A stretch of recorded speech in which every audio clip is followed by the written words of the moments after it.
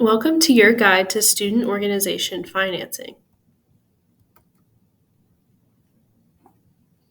The key factor in student organization financing is setting up a bank account. Your organization will need a bank account for two reasons. First, to manage your organization's funds. Whether you're collecting dues, paying for supplies, or fundraising, you need to ensure funds are tied to the organization and not as individual person. Second, you will need a bank account to get reimbursements from USDA or GSG if you are not a university funded organization. To get reimbursed for funds your organization spends, especially for events, student government needs information about your organization's bank account. Here are the 4 steps on how to set up a bank account for your organization. First, you will need to get an EIN or a tax ID. You will need to create a W-9. You also need to set up your iSupplier account through UAB. And then finally, you will obtain a letter of registration from the Office of Student Involvement and Leadership. First, let's talk about how to get an EIN. Any student group that will raise money and therefore spend money will need to maintain proper financial accounts for the group. These accounts should not be any individual's personal account and should be set up by applying for a tax ID, otherwise known as an EIN, by the IRS. Each student organization must have an EIN. The organization should file Form SS4 with the IRS to apply for this number. Any financial accounts created or maintained for the organization should be managed under this number. Here are the instructions for obtaining an EIN. You will need to apply for an employer identification number, or EIN, online. To find that, you need to Google search this information to find the IRS website. Then, read instructions and click on Apply Now. Read more instructions and click on Begin Application. Scroll to the bottom of the list and select on View Additional Types, including nonprofit/tax-exempt organizations, and click Continue.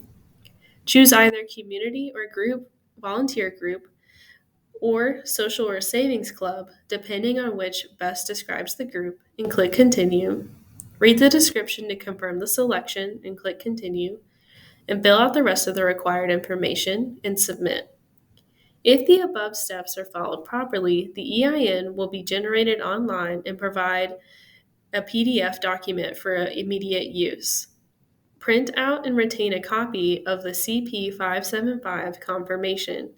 Current and future officers will need this document for tax filing purposes. Once you have an EIN, you will then need a W-9. The individual who applies for the EIN on behalf of the organization will need to sign on the W-9s for the student organization's reimbursement requests. To prevent an organization from applying for a new EIN every year, it is recommended that the organization seek the support of the faculty staff advisor.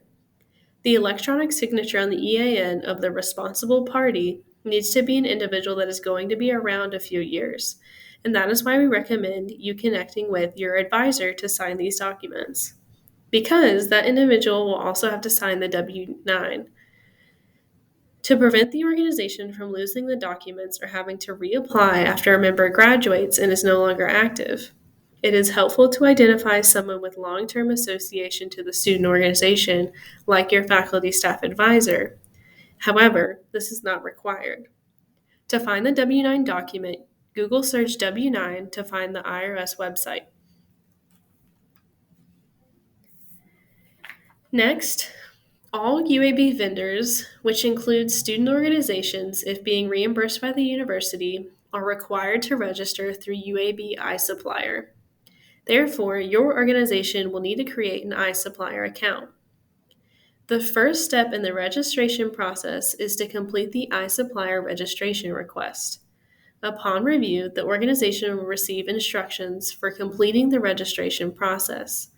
Please keep in mind the login established for iSupplier should be information transferred from leader to leader from year to year within the organization. iSupplier deactivates profiles that are inactive or do not receive funds for 12 months. Therefore, if the organization has not been reimbursed within the last 12 months, you must go through the process again to reactivate the iSupplier profile. Through iSupplier, your organization will upload their W-9. While you are working on these things, you will also need to be discussing with your organization about which bank you would use for your organization. Some common banks student organizations work with are Regions, BBVA Compass, and PNC. Finally, you will need to obtain your letter of registration from the Office of Student Involvement and Leadership to confirm that your organization is in good standing with the university and has completed registration. The purpose of this letter is to recognize the organization's good standing and therefore ability to open a bank account.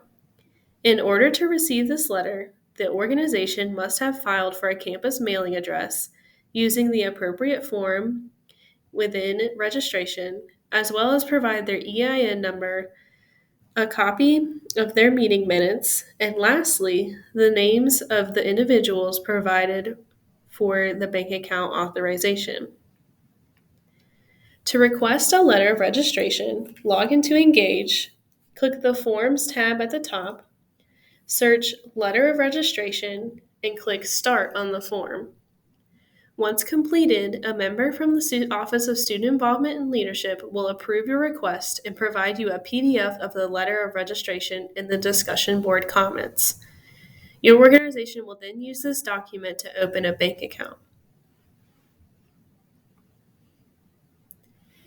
Once you complete these steps, your organization will be set up and ready for your organization to use.